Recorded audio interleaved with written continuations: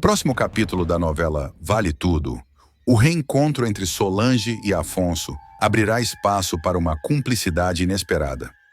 Ela se mostrará firme ao lado dele, despertando sentimentos adormecidos. Em paralelo, Poliana dará um show de competência ao recuperar 5 contratos estratégicos para a Paladar, garantindo novo fôlego para da empresa de Raquel e conquistando respeito entre os funcionários. Enquanto isso, Heleninha começará a desconfiar de Ana Clara. Entre olhares tensos e silêncios incômodos em reuniões sociais, ficará claro que há segredos entre elas. Mas o verdadeiro fogo cruzado estará em outra frente. Maria de Fátima enviará fotos íntimas suas com César diretamente para Odete, acreditando que irá causar uma guerra. Para surpresa geral, a megera reagirá de forma inesperada e pedirá César em casamento, virando o jogo a seu favor.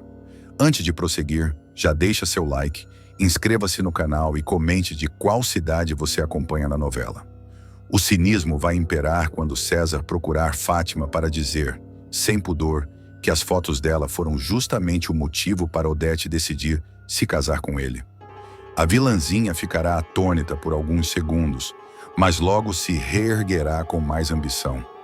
Proporá uma aliança definitiva a Mário Sérgio, mirando destruir tanto César quanto Odete. Mas o jogo de máscaras não para por aí. Odete marcará um encontro reservado com Ana Clara, levando consigo provas de que a rival também está envolvida em crimes. Sem que percebam, Maria de Fátima seguirá de carro e baterá à porta fingindo inocência. No instante em que entrar na casa de Ana Clara, virá a revelação mais bombástica de todas. Ela reconhecerá Leonardo, o jovem misterioso que vive ali, como o verdadeiro filho escondido de Odete. Odete presenteia César com vários mimos luxuosos após o casamento. Odete sempre se envolveu com diversos amantes ao longo da vida, mas nenhum relacionamento conseguiu durar.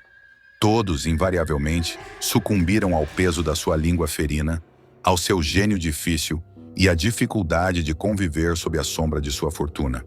Alguns buscavam apenas status, outros arriscavam enfrentá-la em discussões intermináveis. Mas a verdade é que nenhum homem parecia capaz de sobreviver ao vendaval que era Odete Reutemann. No entanto, César acabará mexendo de verdade com a megera. O publicitário, astuto e sedutor, conseguiu o que muitos tentaram: fisgar não só a atenção de Odete, mas também o coração. Ou aquilo que ela considera um coração. A paixão será tamanha que, numa cena de tirar o fôlego, a própria Odete, pela primeira vez, tomará a iniciativa e pedirá César em casamento. Casa comigo. Eu prometo te fazer o homem mais feliz do mundo, dirá sem medo de parecer vulnerável. César aceitará de imediato, como quem não deixa escapar uma oportunidade de ouro. A química entre os dois será explosiva, e a noite terminará da forma mais previsível. Juntos na cama, em meio a promessas e juras que terão gosto de luxo e perigo. Dias depois, a vilã decidirá oficializar de vez sua nova fase. Orgulhosa, marcará um encontro em família, convocando Afonso para estar presente. O jovem, dividido entre a repulsa que sente pela mãe e a necessidade de se manter próximo para proteger seus interesses, não terá escolha senão comparecer. Ao anoitecer, Odete surgirá na casa de Celina, imponente, de braços dados com César. O impacto será imediato. Todos ficarão em choque. Celina deixará a taça de champanhe cair da mão. Afonso, incrédulo, sentirá o sangue ferver diante da cena, mas engolirá em seco. Apesar do escândalo silencioso, Odete não se intimidará. Com um sorriso de quem saboreia a provocação, deixará claro para todos que César não será apenas um amante, mas seu marido, o novo senhor Reutemann. A festa de casamento será um evento à parte. Luxo, sofisticação e uma lista de convidados de fazer tremer qualquer salão da alta sociedade carioca. Empresários, políticos, jornalistas e até alguns desafetos, todos estarão presentes para testemunhar a ousadia da bilionária. A imprensa, é claro, não perderá a chance de noticiar. A megera mais temida do país oficializa a união com um publicitário em ascensão. Maria de Fátima, por sua vez, Morderá os lábios de inveja ao imaginar César agora, ao lado de Odete. E como se não bastasse, após oficializar a união, Odete não medirá esforços para agradar o novo marido. Em um gesto calculado e passional, comprará um carrão de luxo 0 quilômetro, com todos os opcionais possíveis. Um modelo estrangeiro, reluzente, símbolo de status absoluto. A entrega será triunfal. Odete conduzirá César até a garagem, coberta por tapetes vermelhos improvisados apenas para a ocasião. Quando o lençol de veludo for retirado de cima do carro, o bonitão ficará boquiaberto. Isso é para mim? Perguntará ele com os olhos brilhando como um garoto que acabou de ganhar seu primeiro brinquedo. É para você, meu bem, e é só o começo. Ao seu lado, você vai ter tudo. Tudo o que sempre sonhou, responderá Odete, com um brilho possessivo nos olhos. César passará a mão pela lataria, sentindo o poder refletido no metal polido. Dentro de si, terá a certeza de que o futuro que sempre desejou, feito de ostentação, dinheiro e prestígio, finalmente está ao alcance das mãos. A notícia do presente, no entanto, correrá solta. Nos corredores da TCA e nas colunas sociais, o assunto será apenas um. Odete enlouqueceu de vez, está cega de amor. Marco Aurélio, sempre venenoso, soltará uma gargalhada ao ler a nota no jornal. Um carro de luxo? Essa velha perdeu completamente a cabeça. Enquanto isso, Fátima não suportará o golpe. A jovem que sempre se achou esperta e manipuladora, verá o inimigo triunfando bem diante de seus olhos. Em um surto de raiva, dirá para si mesma que jamais permitirá que César se fortaleça ao lado de Odete. Já Afonso, mais contido, observará tudo com desconfiança.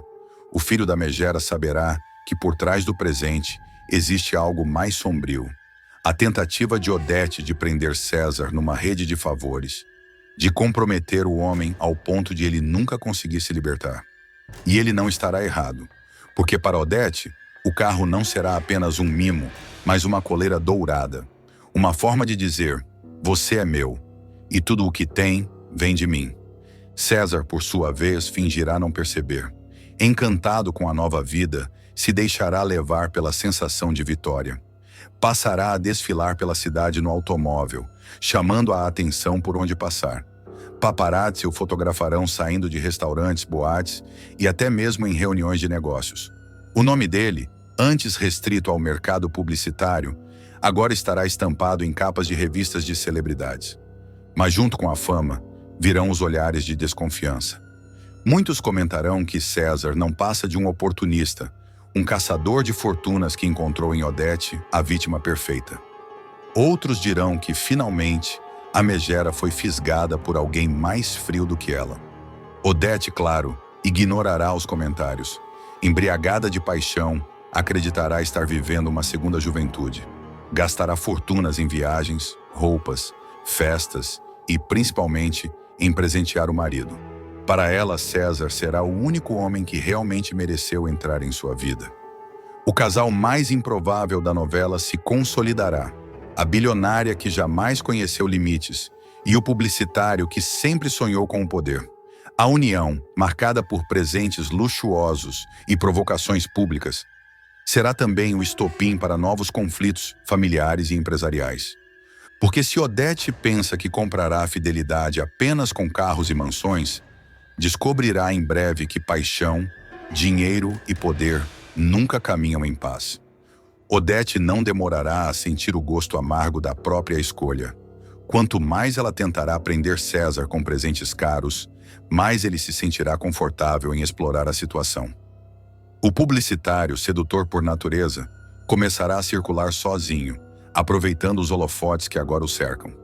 Numa noite de gala, ele chegará ao evento no carro luxuoso que ganhou de Odete, mas fará questão de descer sem ela, cercado por jornalistas e olhares de mulheres deslumbradas. As câmeras registrarão o sorriso de César, que posará como uma estrela recém-nascida. Odete, ao vê-lo pela televisão, sentirá o coração arder de ciúmes. Esse carro é meu presente, mas ele desfila como se fosse o dono do mundo, dirá sozinha, esmagando uma taça de cristal na mão. Enquanto isso, Maria de Fátima planejará sua vingança. Movida pela inveja, buscará aliados para derrubar o novo casal poderoso. E não hesitará em usar fotos, chantagens e até a própria sensualidade para colocar César contra Odete. Afonso, cada vez mais revoltado, enfrentará a mãe. A senhora não percebe que está sendo usada? Esse homem vai te destruir, Odete. Mas a megera, cega de amor, ignorará os conselhos do filho. Convencida de que César é sua maior conquista, ela passará a desconfiar de todos à sua volta. De Fátima, de Afonso, de Celina e até das secretárias da TCA. O casamento, antes anunciado como um escândalo, se transformará em um verdadeiro campo de batalha. O carro de luxo, símbolo da paixão e da ostentação, logo se tornará também o estopim de intrigas, escândalos e traições que farão a alta sociedade ferver. Odete descobrirá que amar demais pode ser o maior erro da sua vida. Freitas, sempre visto como um mero capacho, finalmente se cansa de ser humilhado e decide dar o troco no patrão. O resultado? Uma virada de jogo impensável que pode colocar de vez Marco Aurélio de joelhos diante de Odete Reutemann. Tudo começa com um pedido simples, quase ingênuo. Freitas, após anos carregando o peso das falcatruas da TCA nas costas, resolve procurar Marco Aurélio para pedir um empréstimo. Não se tratava de luxo, nem de capricho. Ele queria apenas comprar uma casa modesta para a mãe, cansada de viver em condições precárias. O que ele recebe, porém, é o desprezo cortante de um patrão que o trata como lixo. Funcionário não tem que sonhar, Freitas. Sonho é privilégio dos donos, não dos serviçais. Dispara Marco Aurélio com aquele olhar gélido que já humilhou tantos outros. Ferido no orgulho e tomado por uma fúria silenciosa, Freitas decide que não vai mais ser peça descartável. Ele, que durante anos foi cúmplice de subornos, chantagens e falsificações, resolve virar o tabuleiro. Em silêncio começa a fotografar documentos sigilosos do escritório do patrão, escondido durante as madrugadas na TCA. Cada clique é um punhal contra o homem que sempre o tratou como nada. Essas fotos revelam um esquema bilionário de corrupção, envolvendo contratos fraudulentos de manutenção aérea, superfaturamento e laranjas internacionais. Mas o que realmente chama a atenção é que Marco Aurélio planejava usar parte desse material para armar um dossiê contra Odete Reutemann, tentando jogá-la na lama e desviar a atenção dos acionistas. O destino, porém, muda o rumo da guerra. Freitas coloca as provas nas mãos da própria Odete. A megera não perde tempo. Transforma o ex-assistente em seu informante pessoal, garantindo a ele proteção, dinheiro e, mais do que isso, poder. Odete sorri com ironia ao folhear os papéis. Então, é assim que ele pretendia me atacar? Patético. Esse Marco Aurélio não passa de um amador com pretensão de rei. Mas agora ele vai aprender o que é cair em desgraça. Com a revelação, Marco Aurélio entra em desespero. O vilão, que sempre se achou invencível, vê sua própria criação desmoronar pelas mãos de quem mais subestimou. Para piorar, Mário Sérgio começa a farejar traição e passa a vigiar Freitas de perto. O jogo de gato e rato se intensifica e o assistente precisa se mover com cuidado. Qualquer deslize pode custar sua vida, mas a virada vem com força. Em uma jogada ousada, Odete não apenas recompensa Freitas com uma fortuna milionária, como também o coloca no topo da TCA. Ele é nomeado novo CEO, substituindo Marco Aurélio diante de todos os acionistas. A humilhação é pública, devastadora. De um lado, Freitas, engravatado, recebendo aplausos dos investidores. Do outro, Marco Aurélio, expulso como um criminoso, acusado de desviar milhões. Sem um tostão, sem prestígio, sem aliados. O homem que sempre tratou todos como empregados agora é rebaixado ao papel de servo. A virada não para por aí. Freitas passa a saborear sua vingança de forma cruel. Ordena tarefas humilhantes ao ex-chefe, transformando-o em motorista particular. Faz exigências desnecessárias, apenas para vê-lo se curvar. Vai buscar meu carro, Marco Aurélio, e não se esqueça de abrir a porta para mim. Afinal, é o mínimo que espero de um motorista. Marco Aurélio, rangendo os dentes, obedece. mas seu olhar de ódio denuncia que essa guerra ainda está longe de terminar. A vingança de Freitas reacende a chama sombria no coração do vilão, que promete voltar por cima, custe o que custar. Enquanto isso, os corredores da TCA fervilham. A ascensão meteórica de Freitas intriga os funcionários, divide opiniões e alimenta boatos. Muitos não acreditam que um homem que sempre foi sombra agora possa comandar o império de aviação. Outros, porém, enxergam nele a chance de moralizar a empresa, mesmo que sob as mãos de Odete. Odete Reutemann, por sua vez, se diverte com o caos. Eu criei um monstro, Marco Aurélio, e agora você vai aprender a rastejar. A tensão explode quando Marco Aurélio, humilhado, começa a arquitetar sua volta. Ele se recusa a aceitar o papel de fantoche e promete vingança contra Freitas e Odete. Mas fragilizado, sem dinheiro e sem prestígio, terá que se reerguer das cinzas. Freitas, por outro lado, saboreia cada instante de poder. O homem que vivia nas sombras agora brilha sob os holofotes, mas sabe que sua posição é instável. Um passo em falso e ele poderá ser derrubado pela própria Odete, que jamais mantém um aliado por muito tempo.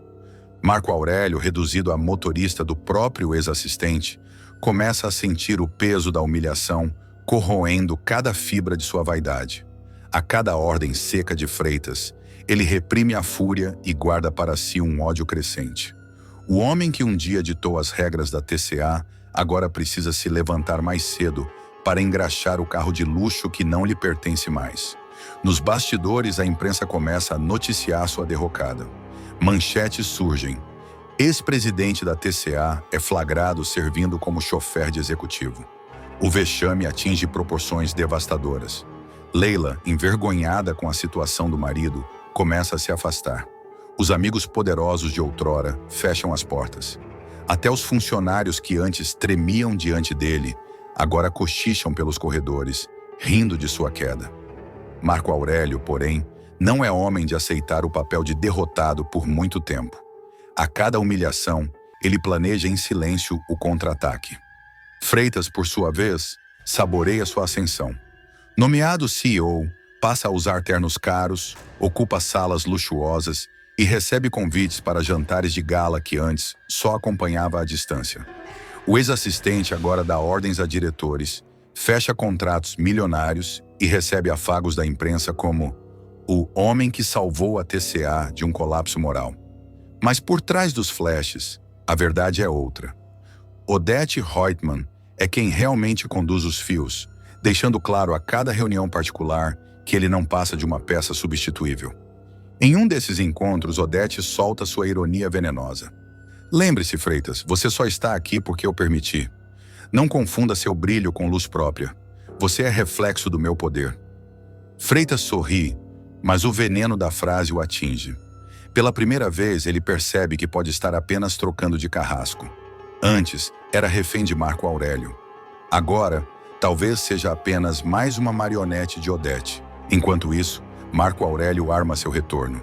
Secretamente, começa a se aproximar de Mário Sérgio, oferecendo informações que podem comprometer Freitas. Os dois tramam um dossiê para derrubar o novo CEO. Mário, desconfiado, exige provas.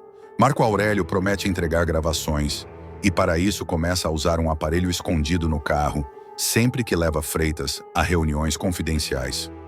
O jogo fica ainda mais perigoso quando Freitas descobre que está sendo seguido.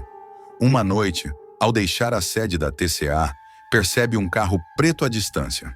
Ao investigar, descobre que foi Mário Sérgio quem ordenou a vigilância. O novo CEO se vê encurralado. De um lado, a proteção ilusória de Odete. Do outro, as garras afiadas de Marco Aurélio e Mário. Em paralelo, os acionistas da TCA passam a desconfiar das movimentações bruscas dentro da empresa. Alguns começam a questionar se Freitas tem realmente capacidade de manter o império aéreo de pé. Surge até mesmo a especulação de que Odete poderia estar manipulando o conselho para assumir o controle absoluto. A instabilidade no mercado coloca em risco contratos internacionais e investidores pressionam por uma solução rápida. O ápice acontece quando Freitas, num ato de provocação, leva Marco Aurélio a um coquetel da alta sociedade como seu motorista particular. Na frente de empresários, políticos e jornalistas, ele abre a porta do carro e ordena: Marco Aurélio, não se esqueça de esperar na calçada. Eu não demoro.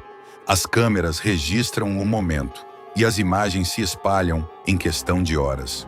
O ex-presidente da TCA, outrora símbolo de luxo e arrogância, agora é visto como um empregado submisso.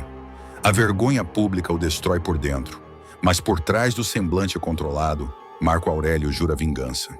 Afonso se prepara para o pior.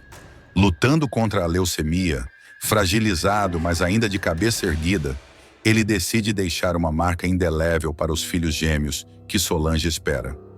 Afonso vive uma das cenas mais emocionantes da novela. Sozinho, de madrugada, enquanto Solange dorme ao seu lado, ele pega o celular e começa a gravar um vídeo cheio de ternura, despedida e esperança. A novela mostra Afonso em sua fase mais humana, enfrentando o medo da morte com a coragem de um pai que sabe que talvez não veja os filhos crescerem. O momento, que parece íntimo e quase proibido, será retratado em longas sequências de silêncio, pausas e lágrimas contidas, intensificando a dramaticidade. A cena começa com Solange dormindo profundamente, exausta após mais um dia de idas e vindas ao hospital. Afonso, sem conseguir fechar os olhos, observa a amada por alguns instantes. Ele passa a mão nos cabelos dela, como se pedisse perdão por estar prestes a fazer algo que ela desaprovaria. Devagar, ele se levanta da cama, caminha até a escrivaninha e acende a luz fraca do abajur. Com mãos trêmulas, pega o celular. O silêncio da madrugada só é quebrado pelo som distante da cidade e pelo bater acelerado de seu coração. Respira fundo, ajeita a câmera e começa a falar em voz baixa. Eu vou falar baixinho porque a mãe de vocês está dormindo aqui no quarto. Hoje vocês estão na 13ª semana e eu já amo tanto vocês. O papai e a mamãe receberam uma notícia difícil essa semana, mas vai ficar tudo bem. De um jeito ou de outro vai ficar tudo bem. E se vocês estão vendo esse vídeo, é porque acabou ficando tudo bem, de um outro jeito. Pode ser que eu não esteja aqui para tudo, mas eu quero que vocês saibam que o papai sempre sonhou com esse momento. Afonso, com a voz embargada, deixa que algumas lágrimas escorram. Ele fala como se os filhos já estivessem ali, ouvindo cada palavra. Eu queria estar com vocês no primeiro dia de escola. Queria estar quando vocês levassem um tombo e corressem para o colo da mãe. Queria estar no aniversário de cada um, cantar parabéns, apagar velas junto. Mas pode ser que eu não esteja. E se eu não estiver, eu quero que vocês saibam que eu já amava vocês desde antes de ver o rostinho de cada um. Vocês são meu maior presente. No meio da gravação, ele se lembra de Solange. O olhar se enche de orgulho e carinho. A mãe de vocês é incrível. Ela é de rocha. Pode ser que ela não seja de pelúcia, a mais fofinha sempre, mas é porque carrega o peso do mundo para proteger vocês.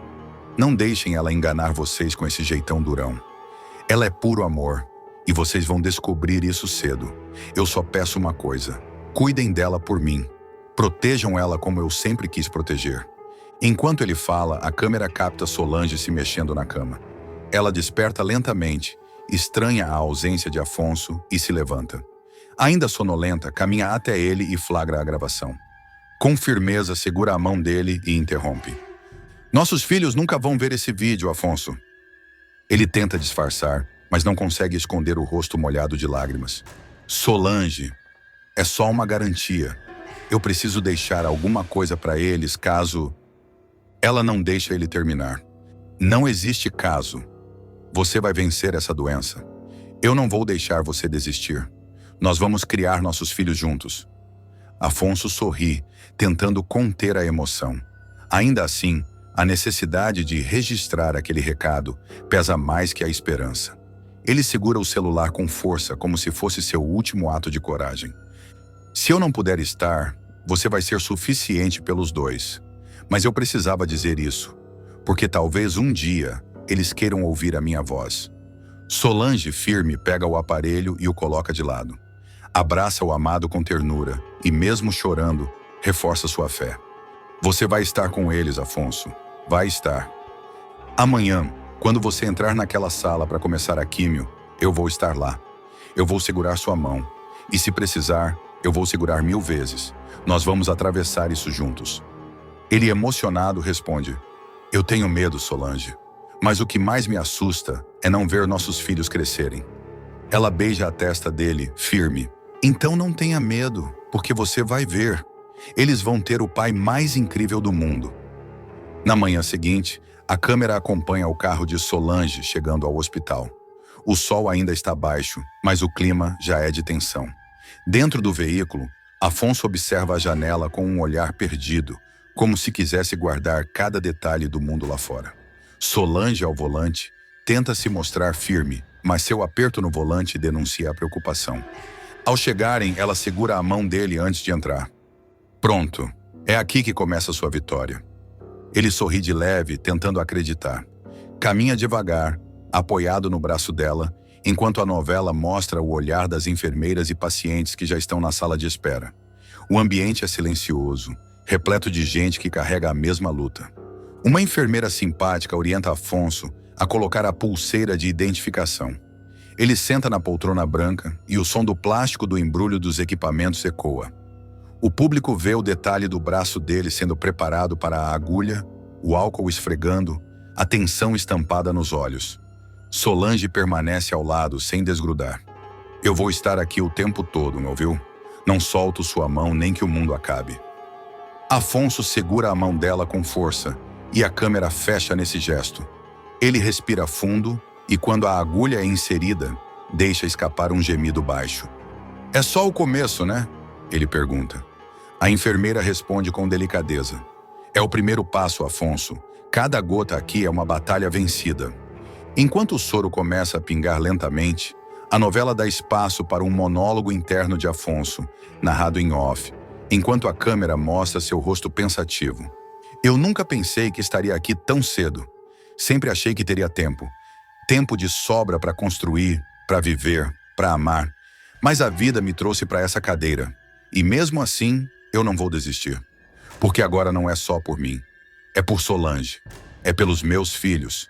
É pelo futuro que eu ainda quero ter. As palavras são acompanhadas por flashbacks rápidos. Cenas dele rindo com Solange. A descoberta da gravidez. O abraço de reconciliação. Tudo isso enquanto as gotas do soro seguem, uma a uma, como um relógio que marca o tempo de vida. Em determinado momento, Afonso fecha os olhos, cansado. Solange acaricia o cabelo dele e fala baixinho. Sabe o que eu tô pensando? Que daqui a alguns anos a gente vai rir disso. Vamos contar para os nossos filhos como foi a primeira vez que você fez quimioterapia e ficou morrendo de medo. Eles vão rir, Afonso. Eles vão rir porque o pai deles venceu. Ele abre os olhos e olha para ela emocionado. Você acredita tanto assim em mim? Mais do que você imagina. E se te faltar força, eu coloco a minha junto. Nós vamos sair daqui de cabeça erguida. A sessão segue e o tempo parece arrastar. Ao final, quando a enfermeira retira a agulha, Afonso solta um suspiro profundo. Está exausto, mas um sorriso discreto aparece em seus lábios. Foi só o primeiro, mas eu consegui. Solange segura o rosto dele com as duas mãos. E você vai conseguir todos, um por um. Eu acredito, Afonso. Eu acredito. Ele, ainda frágil, a abraça. O público sente que, mesmo diante da dor, a esperança ainda respira. A câmera se afasta devagar, mostrando o casal pequeno diante do enorme corredor do hospital, simbolizando que a luta está apenas começando. De volta para casa, o público acompanha a nova realidade de Afonso. A câmera mostra a porta do quarto se abrindo lentamente e Solange entrando com uma bandeja. Sopa, chá e remédios. Ele está deitado, suado, pálido, o corpo já reagindo ao tratamento. Ao perceber a dificuldade dele em engolir, Solange insiste com carinho. É só um pouquinho, Afonso. Você precisa se alimentar. Você não vai fraquejar agora. Ele, cansado, tenta brincar. Se eu sobreviver à sua sopa, sobrevivo a qualquer coisa. Ela dá um tapa leve no ombro dele, rindo com lágrimas nos olhos. O humor, mesmo em meio à dor, mostra a cumplicidade dos dois. Sentado na cama, já mais frágil, Afonso olha para a barriga de Solange, que começa a despontar. Ele toca com carinho e, mesmo com voz fraca, promete. Eu vou ver vocês nascerem, vou segurar cada um no colo. Eu não sei como, mas vou estar lá, juro. Solange segura a mão dele sobre a barriga e firme, completa. E eu vou te lembrar dessa promessa todos os dias, até o último. Celina vai para a cama com Olavo e não percebe o golpe e perde dinheiro para o bandido. Fátima, que não mede consequências quando o assunto é vingança, estará devastada com suas últimas derrotas. Incapaz de aceitar que perdeu prestígio, poder e acesso ao luxo que tanto idolatra, ela decidirá que Celina será sua próxima vítima. Para isso, contará com a ajuda de Olavo, um homem especialista em aplicar golpes de sedução. A ideia nasce quando Fátima ouve, por meio da empregada da mansão, que Celina andava comentando sobre aplicativos de relacionamento. Em tom de deboche, a doméstica confidência à vilã que a ricaça, solitária e carente, andava se lamentando pela falta de companhia masculina e até pensava em arriscar encontros pela internet. Isso será tudo que Fátima precisa para arquitetar um plano detalhado. De imediato, ela cria para Olavo um perfil falso no aplicativo. Fotos cuidadosamente escolhidas, descrições que soam românticas, um ar de intelectualidade misturado com sedução barata. Olavo, experiente nesse tipo de armadilha, seguirá à risca as instruções da comparsa. Logo, Celina, que andava vulnerável, morderá a isca. Os primeiros contatos virtuais serão envolventes. Olavo demonstrará interesse genuíno pela vida de Celina, perguntará sobre seus hobbies, fingirá admirar seus gostos refinados e até se mostrará solidário quando ela mencionar momentos difíceis. Celina, iludida, começará a acreditar que finalmente encontrou alguém capaz de compreendê-la. O primeiro encontro acontece em um restaurante sofisticado, reservado e estratégico. Olavo, impecável no traje, a espera com flores discretas e um sorriso sedutor. Durante o jantar, ele conduz a conversa com maestria. Fala da família fictícia, dos negócios inexistentes e de uma vida que mistura mistério com status. Celina, envaidecida, deixa escapar detalhes sobre sua rotina, suas fragilidades e até sobre sua conturbada relação com a tia Odete. Embriagada pela atenção que recebe, Celina baixa a guarda. O clima esquenta e Olavo sugere que terminem a noite em um local mais íntimo. A ricaça, sem desconfiar, o leva para um apartamento que havia alugado para momentos de privacidade. Lá, entre risos, beijos e taças de vinho, Olavo se aproveita do instante em que Celina, meio embriagada, adormece por alguns minutos. Com habilidade, ele pega o celular dela, observa a senha que já tinha visto de relance e, com calma, realiza uma transferência milionária. R$ 1 milhão escorre da conta de Celina para uma conta controlada por ele e Maria de Fátima. Na manhã seguinte, Celina desperta ainda sonolenta, acreditando ter vivido uma noite especial. Olavo, frio, age com ternura falsa, preparando o café e elogiando-a. Ela, boba de encantamento, não percebe que naquele instante já estava arruinada. Dias depois, o choque. Ao verificar sua conta bancária, Celina quase desmaia. R$ 1 milhão desapareceu. Desesperada, ela procura imediatamente Odete Reutemann. A irmã, sempre impaciente, reage com desprezo. Você é burra, Celina. Burra. Nunca aprendeu a lidar com homem nenhum. Só faz papel de idiota. Dispara. A discussão esquenta e as duas partem para agressões físicas. Tapas, puxões de cabelo, xingamentos ecoam pelos corredores.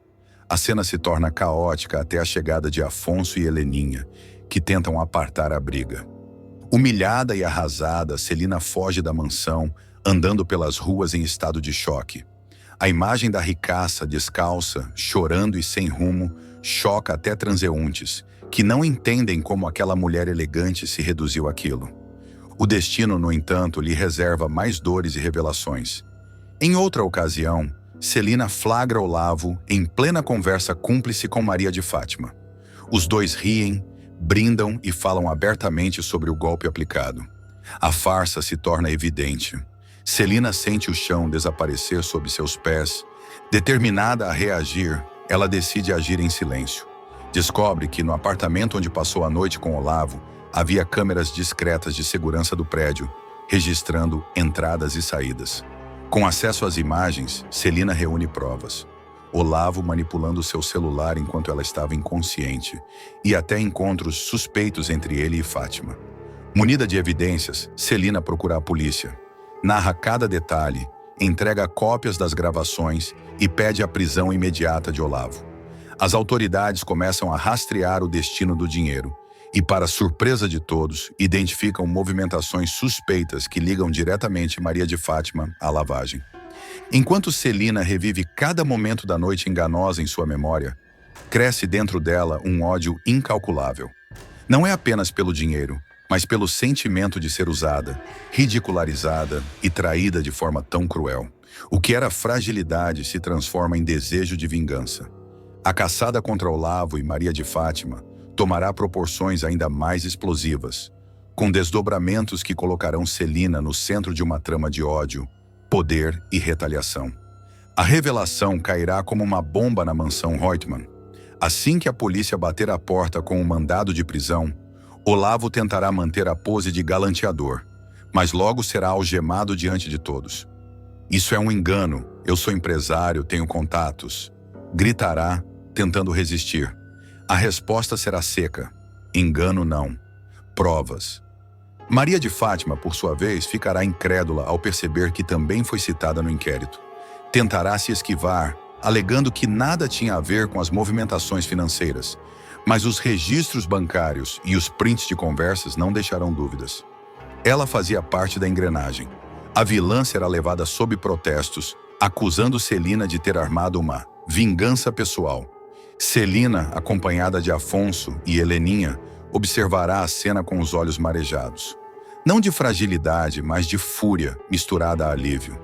Pela primeira vez, a mulher sentirá que conseguiu virar o jogo, ainda que pagando um preço alto. Odete, impassível, comentará com frieza. Era questão de tempo até a Fátima cair. E você, Celina, aprenda. Quem dorme com vigarista, acorda sem fortuna.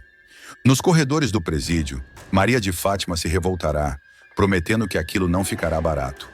Olavo, desesperado, perceberá que foi usado pela própria parceira de crime. Os dois trocarão acusações dentro da cela, abrindo mais uma frente de intrigas. Enquanto isso, Celina se recolherá em sua solidão.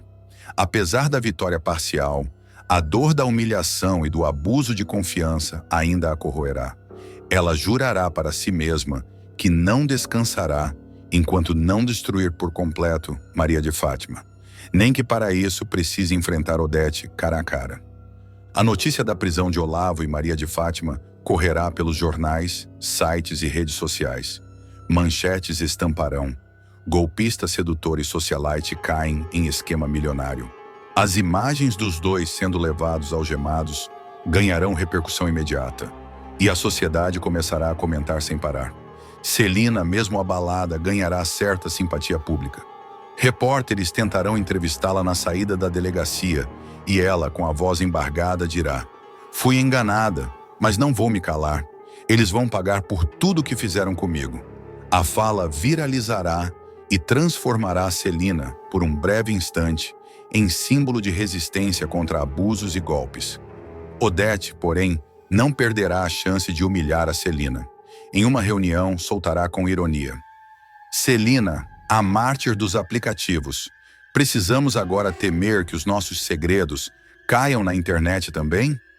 O sarcasmo provocará risadas discretas, mas Afonso, incomodado, repreenderá diante de todos: "Chega, Odete, você pode ser poderosa, mas crueldade não é sinônimo de força." O embate deixará o ambiente pesado. Dentro da cadeia, Fátima não aceitará a condição de derrotada. No primeiro contato com um advogado, já começará a planejar sua saída. "Eu não vou apodrecer aqui, vou sair, vou reconstruir minha vida e vou acabar com a Celina, nem que seja a última coisa que eu faça." Olavo, por outro lado, desmoronará. Sentirá na pele que foi apenas um peão no tabuleiro de Fátima, usado e descartado, e começará a pensar em delatar a comparsa em troca de benefícios. A tensão só aumentará quando Celina descobrir que parte do dinheiro transferido já havia sido lavado em nome de empresas fantasmas. A revelação colocará Fátima e Olavo no mesmo balaio, abrindo caminho para um novo escândalo que pode comprometer ainda mais a alta sociedade.